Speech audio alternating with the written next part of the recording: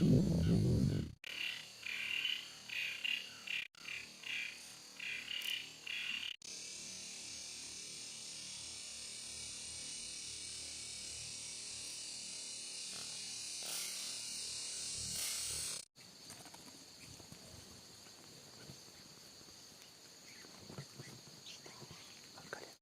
ยคักขนาดจ้อย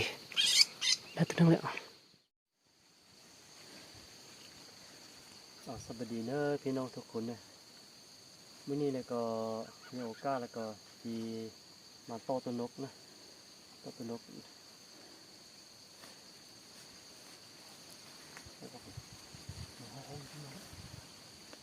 ต่อตัวนกเป็นอย่างนี้นะนกพี่น้องไปนำเดียวต่อนำเดียวนะพี่น้องเนี่ยพาพี่น้องทุกคนมาต่อนกนำเดียว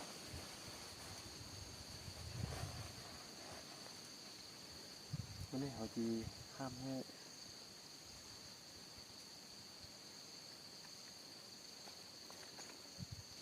อาจารย์ซีแหละอาจารย์ซีได้ส่งเบื้องนั่นเนาะส่งเบื้อง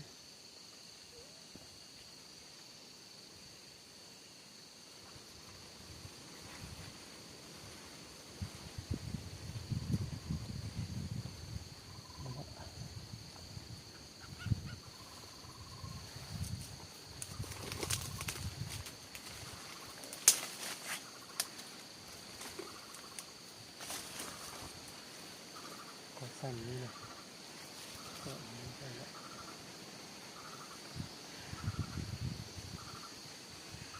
เป็นอันนี้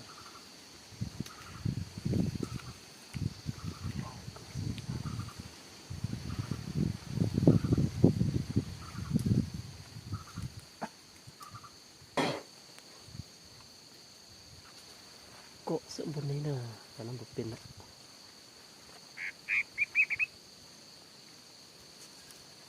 ตกบูได้ก่อนนะนี่ตก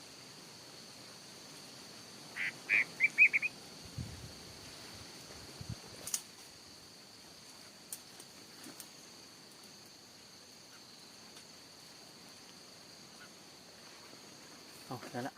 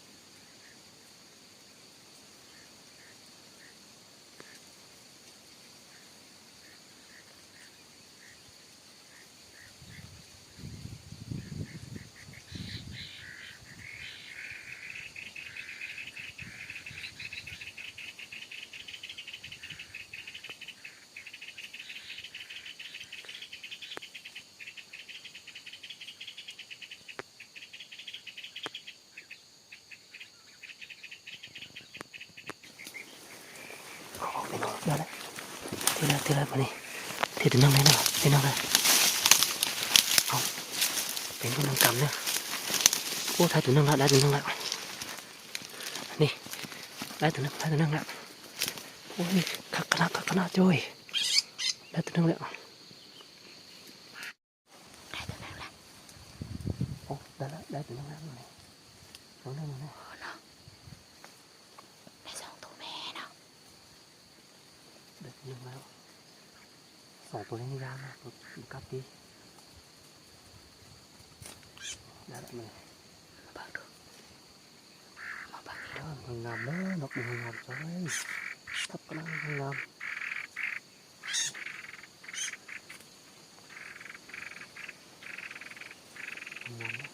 ต่อยนะ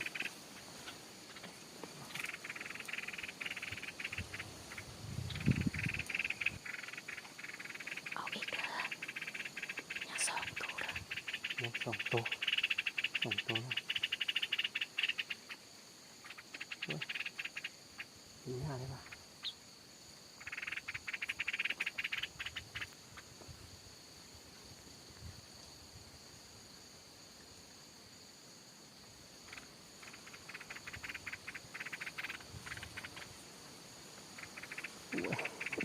หมดได้เลย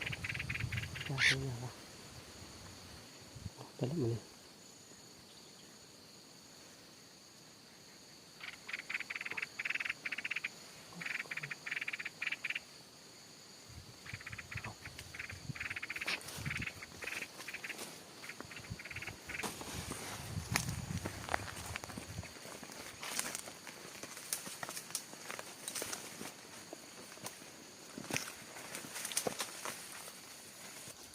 มานั่งนี่ท่าเด้อแม่ตัวหนึ่งแล้วยังสองตัวมานั่งนี่ท่าบึกเดียวเด้อ ยังสองตัว เพิ่งนำกันเด้อที่มาบอกหรือว่า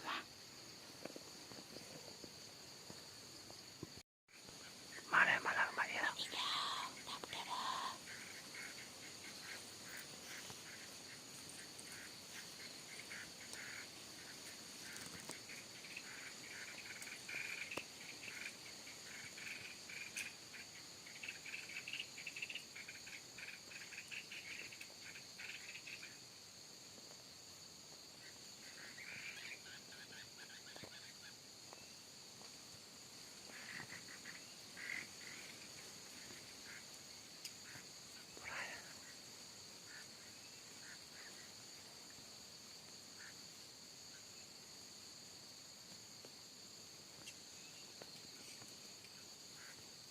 มาญาเลยบ่ได้มาเกิดแล้วมาเลยญาเลยไปแล้ว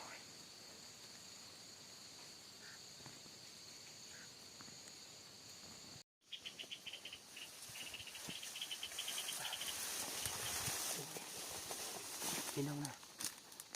สองตัวนี่มันย้ำแล้วเนาะย้ำแล้วก็เชื่อมือคนได้ชิมาโต้เท่านี้แล้วก็ย้ำแล้วได้ทีเดียวเลยย้ำเนาะไปต่อพื้นมือนะ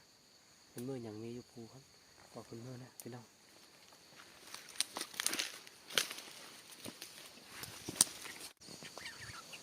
งามแท้เนาะ ตัวนั้นห้องนะนี่ห้องดีนะห้องดีคือไม่ต้อนนะไม่ต้อนกับตัวนี้ห้องดีนะ เอาไปเลี้ยงเนาะ เป็นเลี้ยงตัวนี้เอาไปเลี้ยงเป็นไม่ต้อแล้วเพราะว่ายังบูมีแล้วก็เอาไปเลี้ยงเป็นไม่ต้อ ผมมีผู้ห้องคือนี่เด้อเอาไปเลี้ยง จับแล้วดูแล้ว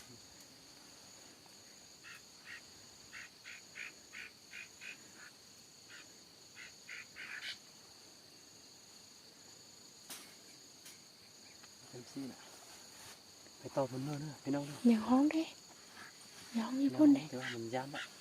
ไปต่อวันมือไป ย้ำมันละอ๋อพี่น้องด้วยเนาะจะไปต่อบนเมื่อแต่ว่าเขาไปมีแล้วก็ต่อเขาบุมีแล้วก็จีมือใหม่คนละเนาะมือใหม่เขาจะมาต่ออีกเด้อพี่น้องจะไปนำเดียวกัน คนลานนำเดียวนะ